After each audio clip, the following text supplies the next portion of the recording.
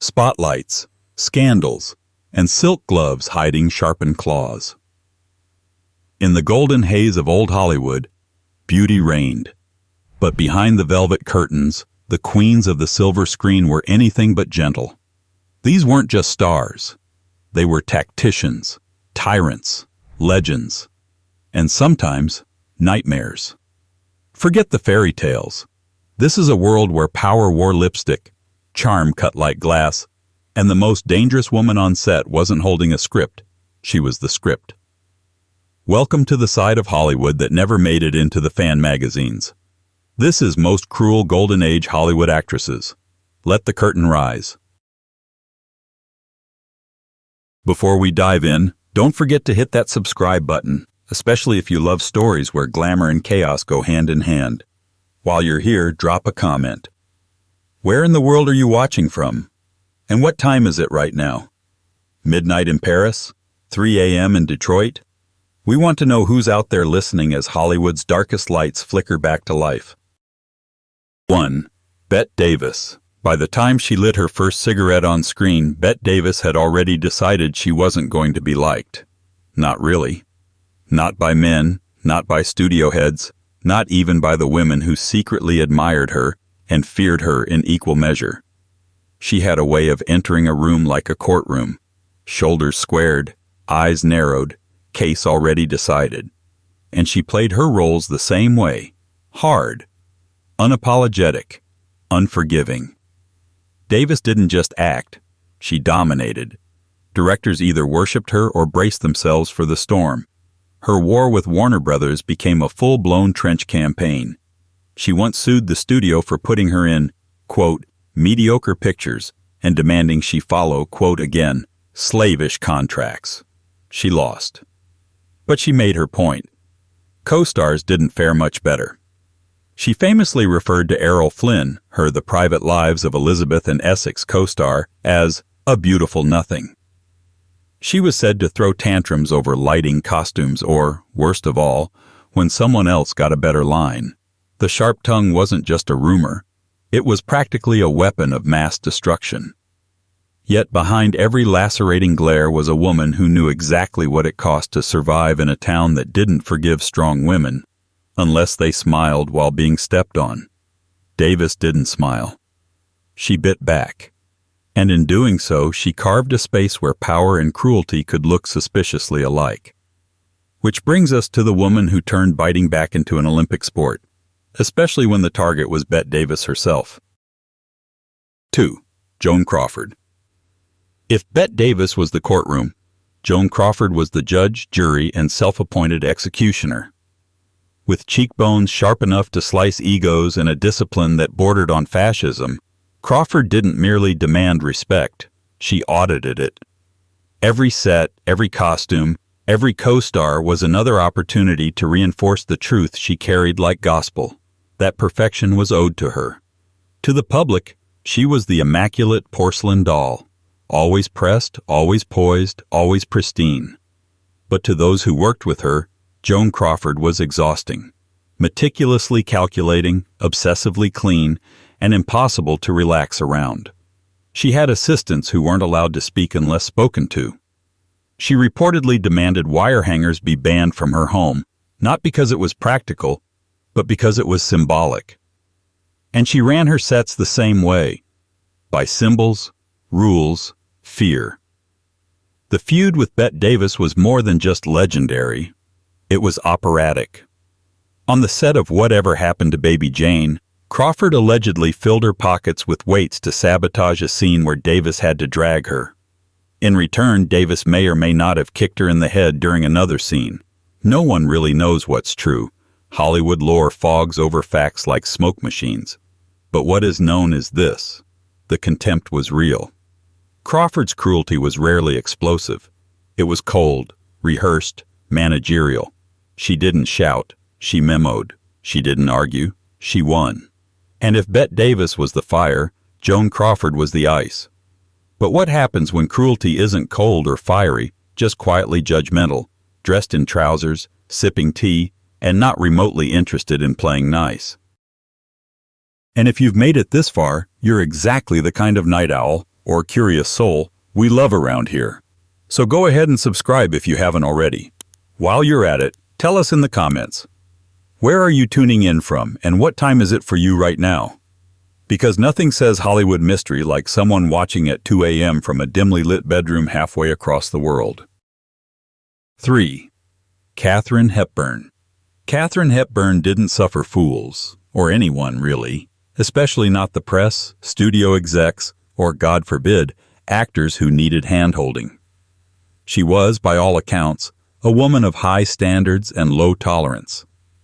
Most actresses of her era were coached to be soft-spoken and obedient, but Hepburn had the audacity to think for herself.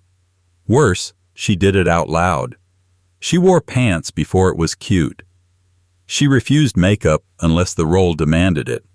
And when MGM tried to push her into the dainty mold of the classic leading lady, she walked off the set and into the tennis court. That wasn't diva behavior to her, it was common sense. But to Hollywood, it was heresy. Hepburn didn't yell or throw objects. Her cruelty was quieter, more precise. A cutting remark here, a devastating observation there. One poor stagehand recalled she once corrected his grammar while firing him. Co-stars described her as brilliant but emotionally distant, sometimes dismissive. One director said working with her was like directing granite, if granite had sharper opinions. She maintained tight control over her image, her dialogue, and even her lighting, refusing to be filmed in anything but what she called honest shadows. That brutal honesty extended to her interactions too. She didn't sugarcoat, didn't flatter, and didn't explain herself. To some, that was strength. To others, it was cruelty in couture. But either way, she kept her crown firmly in place, one cool glance at a time. And yet, for all her cold clarity, she never insisted on worship. The next actress did, and made every room a shrine to herself. 4. Marlene. Dietrich. Marlene. Dietrich didn't walk into rooms, she descended into them. Veiled in cigarette smoke and stitched in shadow, she was part actress, part apparition. Hollywood didn't just build her myth, it asked for permission. And Dietrich, ever gracious, rarely gave it without a fee. Her cruelty was not in volume or violence, but in meticulous orchestration. She was a master of control, over her lighting, her wardrobe, her voice, even the angle of her cheekbones. She famously traveled with a lighting technician who would adjust the bulbs on set to ensure her face hit the lens like divine revelation. If the angle wasn't right, the scene didn't happen. Period. Co-stars were often reduced to accessories in her scenes. She reportedly once insisted a fellow actress be shot out of focus so as not to distract from the frame. On another occasion, she sent back a cinematographer for lighting her like a man. She wasn't interested in authenticity, she wanted mythology. And if it cost time, patience, or dignity, so be it. Directors found her impossible but worth it. Audiences adored her, but never quite knew her. Even her close friends described her as unknowable, selective, and deeply manipulative in social circles. Her kindness, when shown, was strategic. Her silence, weaponized. Dietrich was elegance weaponized into command, and she made it clear, anyone in her world was lucky to be there. But luck could run out fast. Now imagine taking that level of mystique and adding complete emotional detachment. The next woman didn't demand reverence. She just disappeared from it.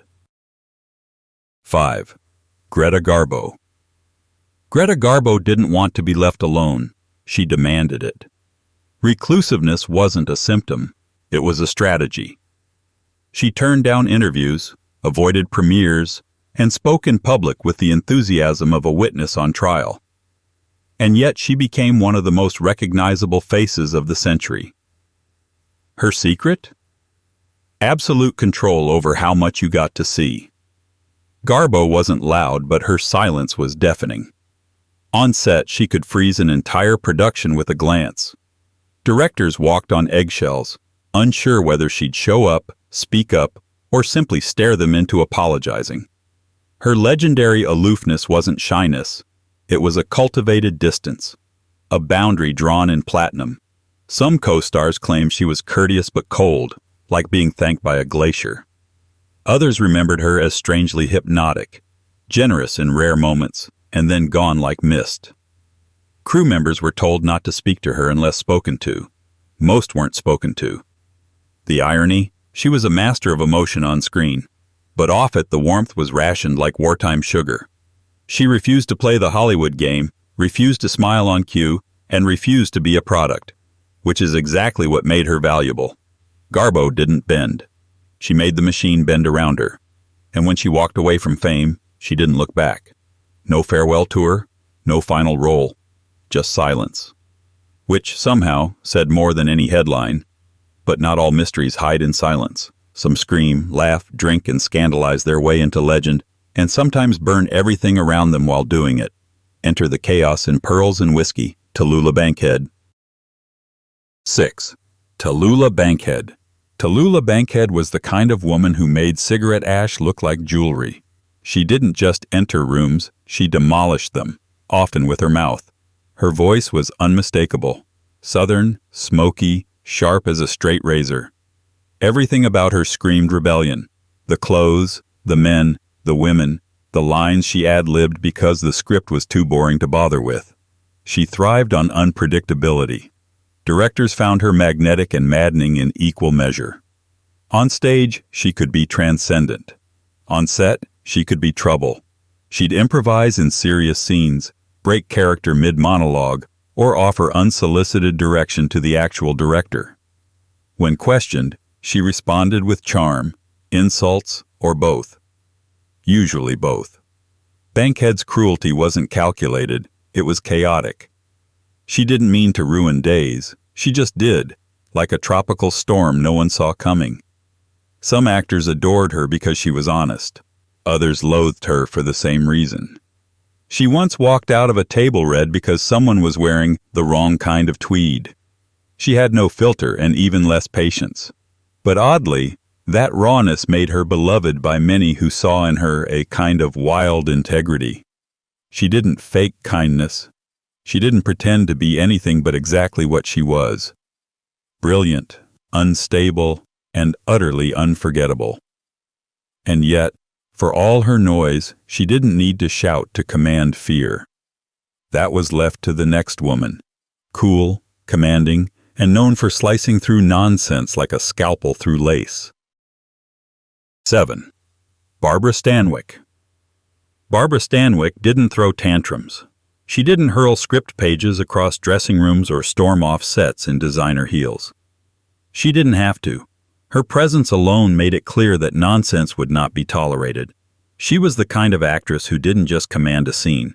She cowed it into submission. Stanwyck's reputation in Hollywood was built on sheer professionalism, but that doesn't mean she was warm. Co-stars often described her as intensely focused, deeply private, and utterly intimidating. She showed up early, knew everyone's lines, hit her marks like clockwork, and expected the same in return. If you slipped up, you got the look, a withering glare that carried the weight of 1,000 unspoken expletives. She didn't yell, she didn't have to. Her disappointment was sharper than any raised voice. There was no room for fragility or ego around her. She'd outwork you, outlast you, and never once break a sweat. It wasn't personal, it was just her code. But for those who couldn't meet her bar, it felt like walking into a job interview with no pants on. Behind closed doors, she was said to be loyal to a select few, but with everyone else, the wall stayed up. Cold? Maybe. But in an industry that tried to devour its women, Stanwyck armored up and walked through fire without blinking. She didn't play games. She played survivors. And she made sure you never forgot which was which. But some actresses didn't build fortresses. They unraveled within them. And when beauty and brilliance collided with emotional chaos, you got Vivien Leigh. 8. Vivien Leigh. Vivien Leigh could break your heart with a blink, and then break a director's schedule with the very next breath. Her talent was volcanic, beautiful, and often terrifying. On screen, she became myth. Scarlett O'Hara, Blanche DuBois, women on the edge of desire and destruction. Off-screen, she often lived in that same storm. Those who worked with her described her as mesmerizing and mercurial. One day, radiant and gracious, the next, late, distant, or frighteningly volatile. Her moods weren't just swings, they were plunges. At her best, she lit up a soundstage. At her worst, she could paralyze an entire production. And yet, no one could look away. Directors adored her talent but feared her unpredictability. Co-stars walked on emotional eggshells. She'd charm a room and then shatter it without warning. Rumors swirled constantly, but what's undeniable is that she carried both incredible sensitivity and an almost operatic intensity that bled into everything she touched. She wasn't cruel in the traditional sense. She didn't manipulate for fun or command respect with coldness. Her cruelty was unintentional, collateral, like a candle that burned so hot it melted the room. She could be tender one moment and scathing the next. And always there was something deeply unreachable about her, as if she were always halfway inside a dream she couldn't wake from. And yet, for all her inner turmoil, she never lost the spotlight. That takes power. The next woman knew power too, but she wielded it with a drink in one hand, a scandal in the other, and the studio on speed dial. 9. Ava Gardner. Ava Gardner once said she was just a skinny, barefoot kid from North Carolina. Hollywood disagreed. They saw a face carved by divine mischief and a body that broke lenses. But while the studio painted her as a sultry siren, Ava wasn't interested in playing the fantasy, at least not off-screen. She was infamous for doing things her way. Contracts meant little, curfews meant less, and anyone trying to contain her was in for a losing game. Directors found her difficult because she didn't pretend to care about protocol. She cared about honesty, freedom, and being treated like a human being, even if she didn't always extend the same courtesy in return. Her temper was legendary. She could charm a camera in the morning and cuss out a producer by lunch. One minute she was magnetic. The next, she was gone, literally. Ava had a habit of vanishing mid-production, sometimes for days. She didn't like being controlled, and she didn't like being underestimated. Unfortunately, in 1950s Hollywood, those were considered personal attacks. She clashed with co-stars who expected her to be docile. She disappointed directors who expected her to be predictable. She refused to perform niceness. And that, in the machinery of Golden Age stardom, was branded as cruelty. Still, she left a trail of unforgettable roles and unforgettable wreckage. Because while Ava Gardner didn't play by the rules, she made sure the rules remembered her. But if Ava was fire and fury, the next actress was an open wound, beloved, exploited, and unraveling under a spotlight she couldn't escape. 10. Judy Garland. Judy Garland didn't walk into stardom. She was pushed. Groomed by studios before she finished school, she was treated like a product, bright-eyed, talented, and permanently exhausted.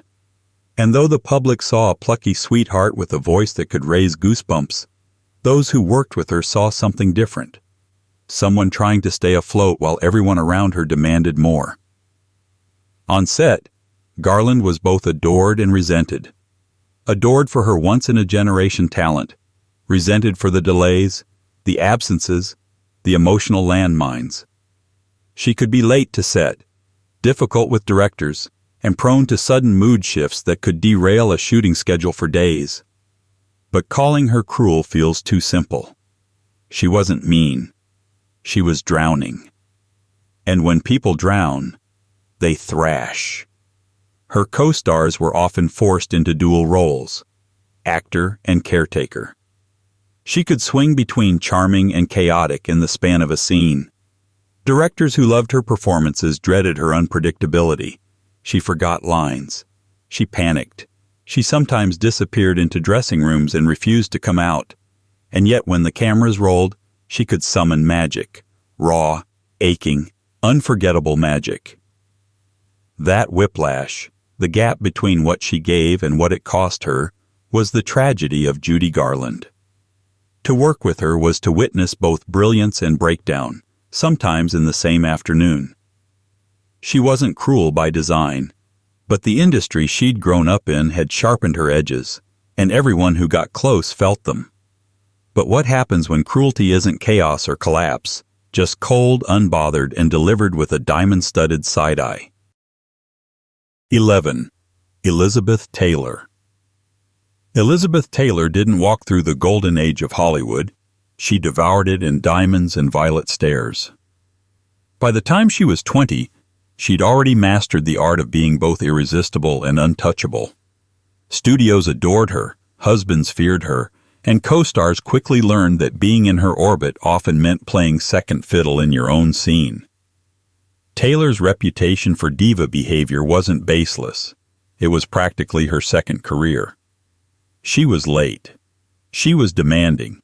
She rewrote contracts like shopping lists and could kill a scene with a single rolled eye.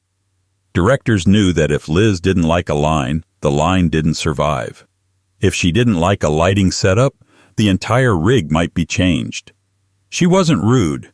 She was imperial. Cleopatra became the stuff of legend not just for its budget, but for how completely Taylor turned the set into her personal queendom. She insisted on custom makeup rooms, exotic meals, and preferential treatment that left seasoned crew members muttering into their clipboards. But perhaps the most intimidating part? She was worth it. Even when her behavior bordered on tyrannical, her performances made everything, somehow, feel justified. Elizabeth Taylor didn't demand loyalty. She demanded relevance. And she got it, in spades. Her cruelty wasn't emotional. It was logistical. She didn't burn bridges. She ordered them dismantled and replaced with marble. But some actresses didn't need fanfare or diamonds to intimidate. They wielded perfection like a scalpel, and if you weren't flawless, you were forgotten. 12. Jean. Tierney. Jean. Tierney didn't have to raise her voice to take command of a room. She did it with posture, silence, and an expression that could communicate 20 shades of disappointment before you'd even finished your sentence. She was beauty with razor precision, an actress who never needed to chase approval because the camera did it for her. On screen, she was elegance embodied. Off screen, she was difficult. Not flamboyantly so, no tantrums, no broken mirrors, but with an aloofness that felt like a slap wrapped in Chanel. Co-stars found her distant. Directors often found her unyielding. She had a reputation for being cold, a kind of impervious ice sculpture who expected excellence and rarely forgave incompetence. Tierney was a perfectionist, and that extended far beyond the work. She expected punctuality, discipline, and complete professionalism, qualities that were noble in theory but suffocating in practice. If a scene partner fumbled a line, she didn't console. They were met with a stare so sharp it could file glass. Makeup artists learned not to touch her face unless she gave permission. Assistants learned not to speak unless they had something worth her time. And yet, there was something undeniably tragic beneath the perfection. Tierney's control may have been armor more than arrogance. But to those who worked with her, the distinction rarely mattered. She left an impression, often a bruise. Then again, some bruises didn't come from coldness. They came from charm weaponized like a slapstick. And the next woman made sure you knew when she was joking, even if you weren't laughing. 13. Carole Lombard. Carole Lombard didn't walk into a room. She crash-landed, cackling, probably mid-joke, and somehow managing to offend, delight, and confuse everyone within 5 feet. She was known as the queen of screwball comedy, but behind the scenes, her sense of humor came with teeth. Her wit was fast, sharp, and often merciless.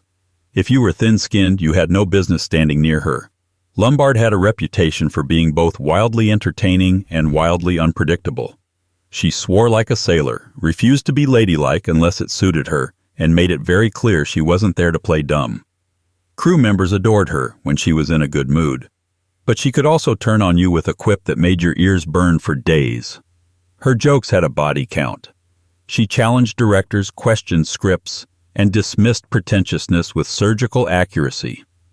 When a co-star tried to method act his way through a scene with her, she reportedly asked if he planned to take that ego into the next life too. And yet, it was hard not to like her. Lombard wasn't cruel in a calculated sense. Her sharpness was more like a reflex, a preemptive strike to keep anyone from getting too close. Still, for all her irreverence, there was an undercurrent of control. She knew who she was, and she didn't care if it ruffled feathers. The punchlines were real. So were the bruises. But while Lombard used humor like a whip, the next actress preferred a quieter form of punishment, especially if you shared her last name. 14. Joan Fontaine. If Carole Lombard was verbal dynamite, Joan Fontaine was something far colder, precise, passive-aggressive, and devastatingly composed. She was grace under pressure, and pressure under lace. On screen, she made a career out of playing vulnerable women, trembling voices, haunted eyes, always the damsel just one scene away from unraveling. Off-screen, Fontaine was no damsel. She was the storm. Those who worked with her often described her as professional, but difficult, not explosive, not dramatic, just resistant. Resistant to direction, resistant to suggestions, resistant to anyone who might try to challenge her authority in a room. She didn't argue. She disagreed politely, and then did what she wanted anyway. She was known for being competitive, sometimes bitter, and fiercely protective of her own space. And nowhere was that more visible than in her relationship with her sister, Olivia de Havilland. The two shared blood, but not affection. Their feud became one of Hollywood's longest-running Cold Wars. It began with casting competition, escalated to award show tension, and eventually reached the kind of silence only possible between two people who once knew too much about each other. Fontaine didn't scream. She didn't throw shade. She simply froze you out with a smile that said, "I already won." Her cruelty wasn't loud. It was quiet, polite, and final. But what happens when the other sister decides to fight back, not with silence but with elegant defiance and a legendary lawsuit? 15. Olivia de Havilland.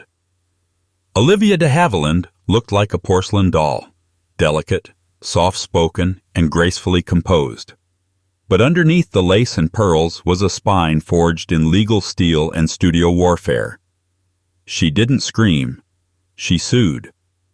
And in 1943, she became the woman who took on the Hollywood system and won, reshaping the power balance between actor and studio forever. Her lawsuit against Warner Brothers wasn't just brave, it was career sabotage disguised as courage. Everyone expected her to fold. She didn't. She fought tooth and nail against a contract extension she deemed unjust and walked out of court victorious. The studio heads never forgave her. Neither did a few co-stars.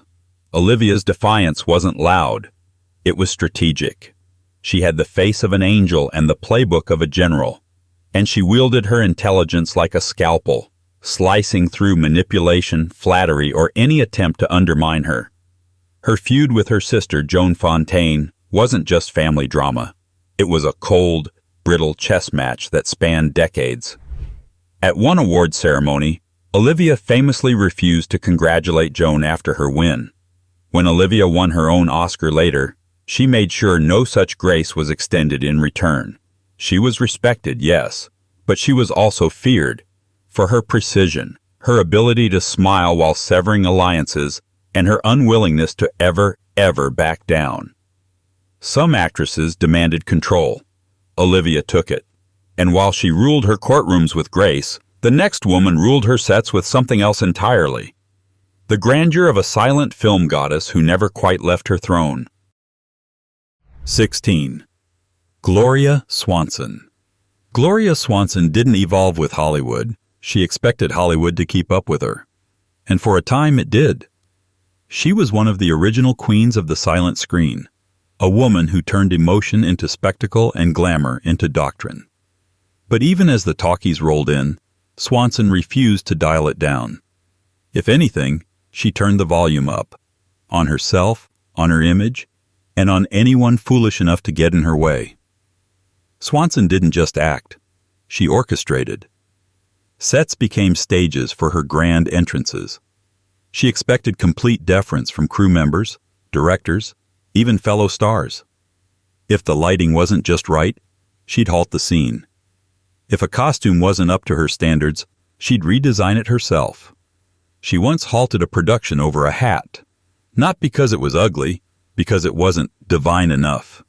She was known to micromanage every frame she was in, sometimes to the director's horror. Subtlety? That was for people who didn't know how to command a 40-foot screen. Her mere presence was enough to silence an entire room, and that silence wasn't always voluntary. Swanson's cruelty wasn't personal. It was procedural.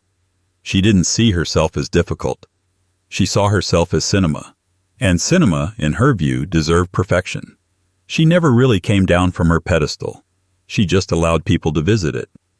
But some actresses didn't build pedestals. They built thrones out of wit and dominance, and then dared anyone to question why they were sitting there in the first place. 17. Mae West. Mae West didn't break the rules. She rewrote them in lipstick. Long before empowerment became a buzzword, she was turning double entendres into career strategy and censorship battles into marketing campaigns. She walked into 1930s Hollywood, a deeply moralistic, male-dominated machine, and winked at it. And then she crushed it beneath a rhinestone heel. West wrote her own scripts, cast her own co-stars, and refused to deliver anyone's lines but her own. Studios found her impossible to direct because she wasn't interested in being directed. When one producer tried to rewrite her dialogue to be more ladylike, she reportedly tossed the pages in the trash without comment. Her version of cruelty wasn't emotional, it was administrative. She wielded control like a scepter and demanded that every production orbit around her, preferably while she delivered zingers from a chaise lounge. She was notoriously particular. If the lighting didn't flatter, it was redone. If a costume didn't fit like a second skin, it was discarded. Her famous walk? Rehearsed to the inch. Her voice? An octave higher in public than in private. Everything was a construction, and everyone was expected to play along. Mae West didn't care if people thought she was difficult. She just cared that they kept watching. And when they did, she reminded them who was really in charge, usually with a smile and a threat hidden in pearls. But while West ruled with scripted charm, the next star preferred something more primal, a studio darling with a temper, a past, and a trail of broken contracts to match. 18. Lana Turner. Lana Turner was discovered at a soda fountain and spent the rest of her life proving that being looked at wasn't the same as being understood. Hollywood liked her best in Technicolor. Blonde, scandalous, dramatic. And she gave them what they wanted, with a price tag. Turner's reputation on set was complicated. She could be warm, even generous, but also sharp, moody, and quick to assert herself when she felt disrespected. Directors learned not to cross her, and co-stars quickly recognized that Turner did not suffer fools, or equals. She expected star treatment and had little patience for amateurism. If a scene partner missed a cue, she wouldn't yell. She'd simply turn away and deliver her line to the air, leaving the editor to solve the rest. She reportedly clashed with producers who underestimated her, and she walked off more than one set when things didn't go her way. To Lana, work was personal. She wasn't just performing a role, she was the role. And if that blurred the lines between actress and diva, so be it. Off-screen, her personal life was a headline machine, and the chaos sometimes followed her into the studio. But whether she was showing up late, demanding rewrites, or icing out a co-star, one thing was clear: Lana Turner knew her worth, and she made sure everyone else did too. But what happens when the actress isn't just difficult or demanding, but silently judges the intelligence of everyone around her? 19. Hedy Lamarr. Hedy Lamarr had the kind of face that made directors speak in metaphors. They called her exotic, hypnotic, untouchable, as if beauty were something she'd weaponized rather than inherited. But the real trouble started when she opened her mouth. Not to flirt, to think. Lamarr wasn't just stunning. She was brilliant, an inventor, a thinker, a woman who could explain frequency hopping while being lit like a Botticelli painting. And that's what unnerved people. She didn't giggle at bad jokes. She didn't pretend to be dumb for anyone's comfort. And if you couldn't keep up with her intellect, she'd let you drown in your own mediocrity. Co-stars found her aloof. She rarely mingled. She didn't care to charm the crew. She memorized her lines, hit her marks, and went home. That was it. Directors who tried to engage her in small talk often found themselves intellectually outgunned and then quietly dismissed. Her coldness wasn't cruel in the traditional sense. It was clinical. She simply didn't hide her disinterest. Hedy didn't just expect professionalism, she expected intelligence. And when she didn't find it, her tolerance wore thin. The result was a reputation for being difficult, standoffish, even arrogant. But really, she was just tired of pretending. She once said, "Any girl can be glamorous. All you have to do is stand still and look stupid." Hedy never stood still, and she never looked stupid. But some stars didn't go cold when disrespected. They exploded. And the next one turned every bad mood into a legend with platinum hair and porcelain fury. 20. Jean Harlow. Jean Harlow was billed as the original blonde bombshell, but bombshell doesn't quite cover it. She didn't just detonate expectations. She turned sets into minefields. Sweet one day, seething the next, Harlow's mood swings were so famous, they practically had their own agent. On screen, she was all breathy seduction and screwball timing. Off screen, she was often tired, frustrated, and ready to bite the hand that powdered her nose. Some of that was studio pressure. A lot of it was just Jean being Jean. She didn't like waiting. She didn't like being told no. And she definitely didn't like being underestimated, which was a full-time hobby for the men around her. Directors treaded carefully. One wrong note in their tone and she'd go from charming to ice-cold before the slate even clapped. Co-stars reported that she could be wildly affectionate one moment, then dead silent the next, especially if she suspected they were upstaging her. She had a sixth sense for spotlight theft, and she made sure it never happened twice. But for all her sharp edges, she had a vulnerability that made it hard to fully blame her. She wasn't cruel for sport. She was reactive. If you came at her sideways, she'd come back louder, faster, and in full costume. Still, the set was never boring with Jean Harlow on it, and when she left a scene, people weren't sure whether to clap or check for bruises. But what if, instead of fire, the next actress brought something quieter? A beauty that retreated, a charm that flickered, and a chill that no camera could melt? 21. Rita Hayworth. Rita Hayworth was the dream projected on 1,000 wartime barrack walls. The face that launched a million sighs. But off-screen, that dream came with conditions. Most of them unspoken, some of them non-negotiable. She wasn't so much difficult as distant. Not diva, not dragon, just unreachable, like a star behind a tinted window. Hayworth didn't scream, didn't snap, didn't throw things, but she could freeze out an entire room with one look. She was gracious when she wanted to be, mechanical when she didn't.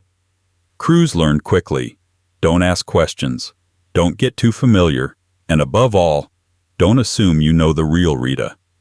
Because even she wasn't sure who that was. She struggled with being turned into an icon she never intended to become. Columbia Pictures remade her, dyed her hair, lasered off her widow's peak, rewrote her accent, and gave her a name that sounded more like an invention than a woman. The result? A reputation for being emotionally elusive, withdrawn, and, at times, impossible to work with. Directors complained she was inconsistent. Co-stars said she kept to herself. And behind it all was a sense that Hayworth didn't want to be there. At least, not in the way they expected her to be. She once said, "Men go to bed with Gilda, but wake up with me." That's the kind of bitterness that doesn't need volume to be heard. But if Hayworth haunted her own spotlight in silence, the next actress grabbed the spotlight by the collar and told it exactly where to point. 22. Shelley Winters. Shelley Winters didn't arrive in Hollywood to be adored. She arrived to be remembered. And if that meant being loud, combative, and completely unfiltered, then so be it.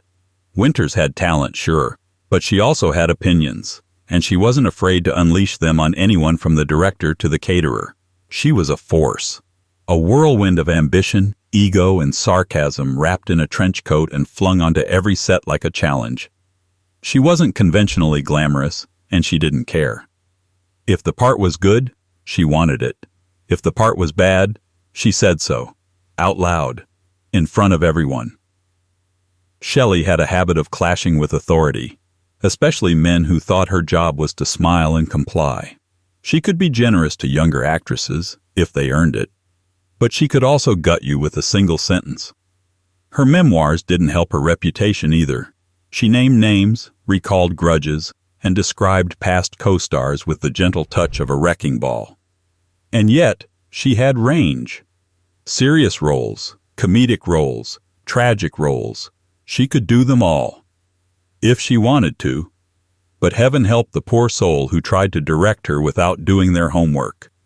Winters' cruelty, if you could call it that, was coated in truth and wrapped in zero tolerance. She didn't pretend to be nice. She preferred to be right.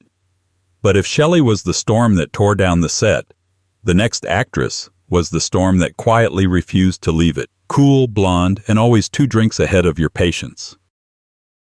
23. Veronica Lake. Veronica Lake didn't mean to become an icon. That peekaboo hairstyle that defined 1940s glamour. It was an accident. Just a lock of hair falling over one eye. But Hollywood turned it into a brand and then expected her to live inside it. She didn't. Or maybe she couldn't. Lake had the kind of presence that directors prayed for, until they actually had to direct her. Off-screen, she was known for being difficult, detached, and often disruptive. Crew members complained of her mood swings. Co-stars called her uncooperative. Joel McCrea refused to work with her twice, allegedly calling her a little blankety blank.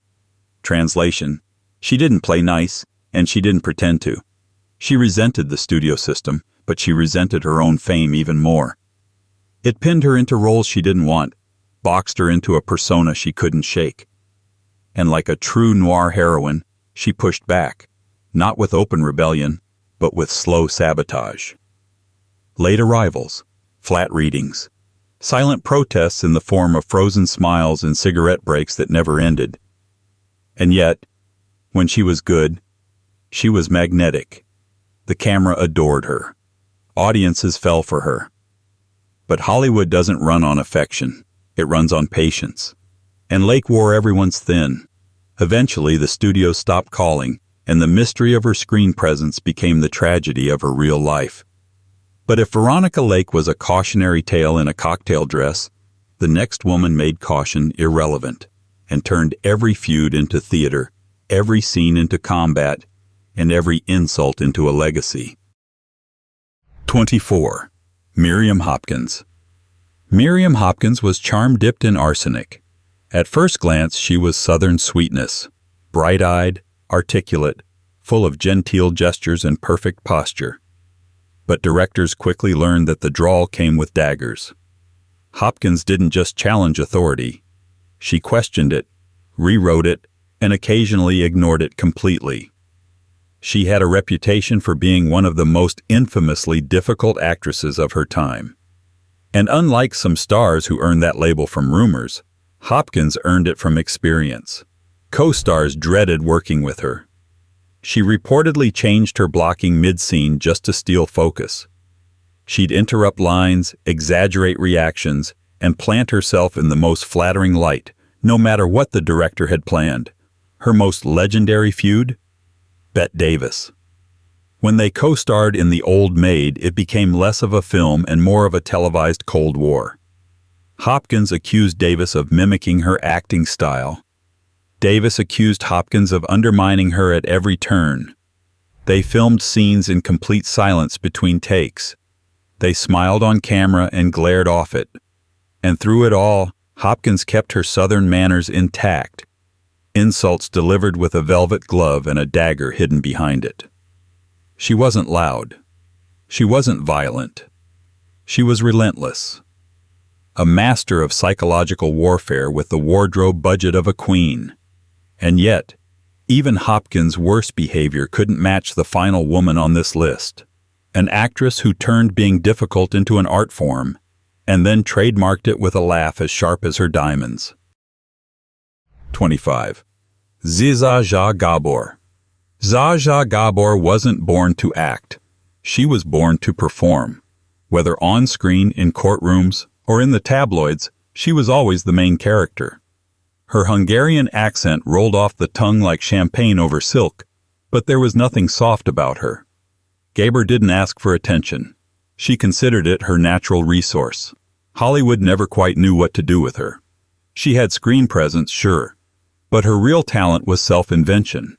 She turned the role of famous actress into a full-time performance, demanding loyalty, luxury, and the last word in every conversation.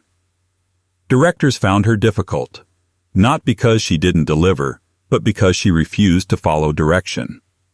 One famously remarked that Zsa Zsa doesn't act, she declares. She had rules. Don't light her from the left. Don't photograph her profile unless approved. And absolutely do not call her supporting cast. Gabor treated the set like a throne room and expected everyone on it to behave accordingly. Co-stars called her temperamental. Staff called her impossible. She called it being fabulous. She didn't mind being called a diva, as long as it came with diamonds.